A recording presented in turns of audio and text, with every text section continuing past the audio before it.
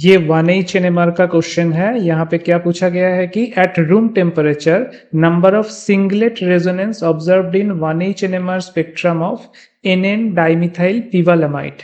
आपको स्ट्रक्चर दिया गया है, आप इस स्ट्रक्चर को एक बार ड्रॉ कर लीजिए।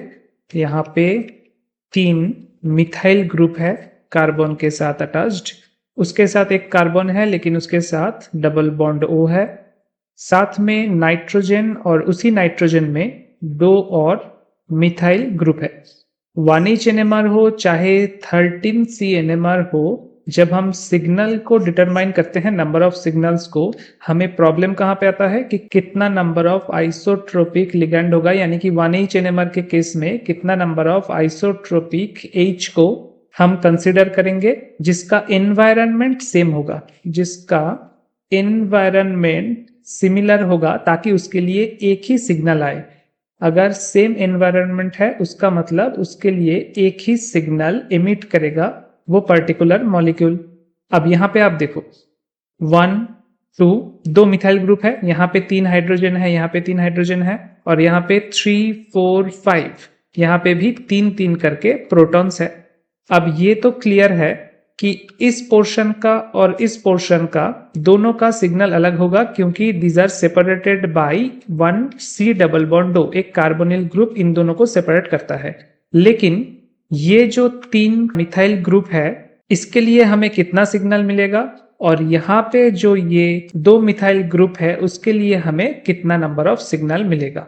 नॉर्मली आप एक चीज ध्यान में रखना, अगर कोई बॉन्ड के अराउंड रोटेशन पॉसिबल है, अगर रोटेशन पॉसिबल है तो उस बॉन्ड में जितना भी मिथाइल ग्रुप लगा हुआ है और उसके साथ जितना भी हाइड्रोजन है वो सब कहाँ पे रहेगा, सेम या सिमिलर एनवायरनमेंट में बिलोंग करेगा और उसके लिए एक ही सिग्नल आएगा। लेकिन अगर रोटेशन पॉसिबल नहीं है, सपोज 2 ऐसा मॉलिक्यूल है जिसके बीच में डबल बॉन्ड है या फिर ट्रिपल बॉन्ड है, तब क्या होगा, तब रोटेशन हमारे लिए पॉसिबल नहीं होगा, एंड इन दैट केस हमको डिफरेंट सिग्नल मिलेगा, क्योंकि एनवायरनमेंट भी क्या है, डिफरेंट है। डिफरेंट एनवायरनमेंट है तो सिग्नल भी डिफरेंट मिलेगा आपको। फॉर एग्जांपल, अगर आपको ये मॉलिक्यूल दिया जाता है डबल बॉन्ड O, यहाँ पे एक मिथाइल ग्रुप, यहाँ पे एक मिथाइल ग्रुप, देखने में लग रहा है कि यहाँ पे जो 6 प्रोटॉन है उनके लिए हमें एक ही सिग्नल मिलेगा, बट वो गलत है, क्योंकि ये खुद को रीअरेंज करके रहेगा। जैसे कि यहाँ पे नाइट्रोजन के ऊपर जो लोन पेयर है वो यहाँ पे आएगा और ऑक्सीजन के ऊपर चला जाएगा negative charge. So in the new arrangement nitrogen के ऊपर प्लस चार्ज, यहाँ पे डबल बॉन्ड N, यहाँ पे O माइनस। अब ये नाइट्रोजन के साथ जो 2 मिथाइल ग्रुप है उनमें से एक मिथाइल ग्रुप ऑक्सीजन माइनस के प्रॉक्सिमिटी में है, तो ये क्या हो जाएगा, ऑक्सीजन माइनस के प्रॉक्सिमिटी में रहने के लिए ये मिथाइल ग्रुप का जितने भी प्रोटॉन है those will be more shielded, ये ज्यादा शील्डेड होगा। और यहाँ पे जो मिथाइल ग्रुप है इसके साथ जो 3 प्रोटॉन लगा हुआ है वो शील्डेड नहीं होगा, तो उसको हम मान सकते हैं डी शील्डेड। तो ये दोनों प्रोटॉन ग्रुप के लिए हमें अलग अलग सिग्नल मिलेगा, इसके लिए एक अलग सिग्नल मिलेगा, इसके लिए एक अलग सिग्नल मिलेगा।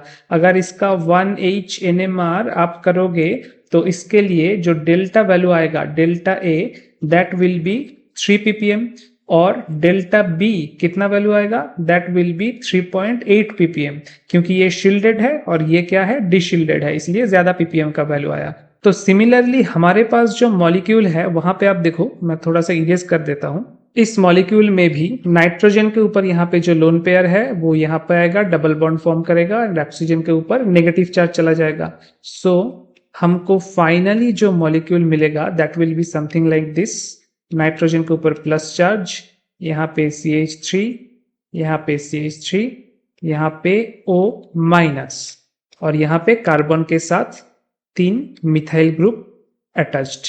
अब इस केस में ये जो मिथाइल ग्रुप है और ये जो मिथाइल ग्रुप है दोनों डिफरेंट सिग्नल देगा, क्योंकि ये मिथाइल ग्रुप क्या हो गया, शील्डेड हो गया for this O minus, this group shielded, this group is shielded and this group is not shielded, यानी कि डी शील्डेड।